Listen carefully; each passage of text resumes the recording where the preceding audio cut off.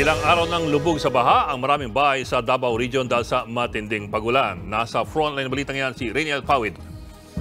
Gumuho ng hanging bridge na ito sa New Bataan sa Davao de Oro dahil sa rumaragasang baha.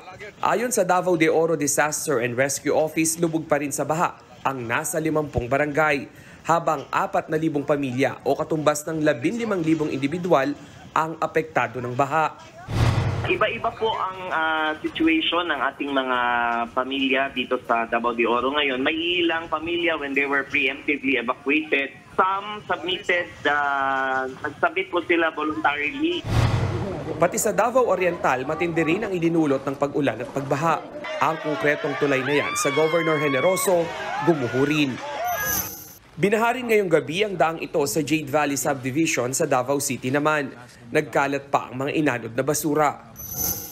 Sa barangay Tigato hanggang dibdib na baha ang namerwisyo sa mga residente. Ilang araw ng lubog sa tubig ang mga bahay. Kaya sa bubong na nagpalipas sa magdamag ang ilan sa kanila. Pahirapan din ang pagsagip sa mga residente na kinailangan pang isakay sa bangka. At sa gitna ng matinding pagbaha, bumulaga sa mga rescuer ang isang patay na sawa. Aabot sa 3,000 residente ang apektado ng baha sa barangay Tigato, Davao City. Kagabi pa may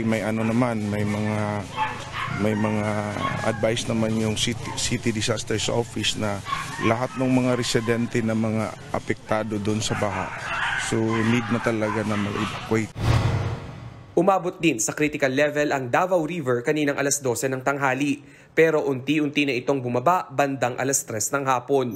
Ayon sa Pag-asa, kadugtong ng low pressure area sa timog kanluran ng General Santos City ang nararanasang malakas na pag-ulan sa Mindanao. Nagbabalita mula sa Frontline, Rainiel Pawid, News 5. Mga kapatid, Ed Lingaw po, maging maalam at may pakialam sa mga napapanahong balita sa ating bansa. Para sa mas malalimang pagtalakay at paghimay sa mga issue at headlines, tumutok lamang at pag-subscribe sa social media pages ng News 5.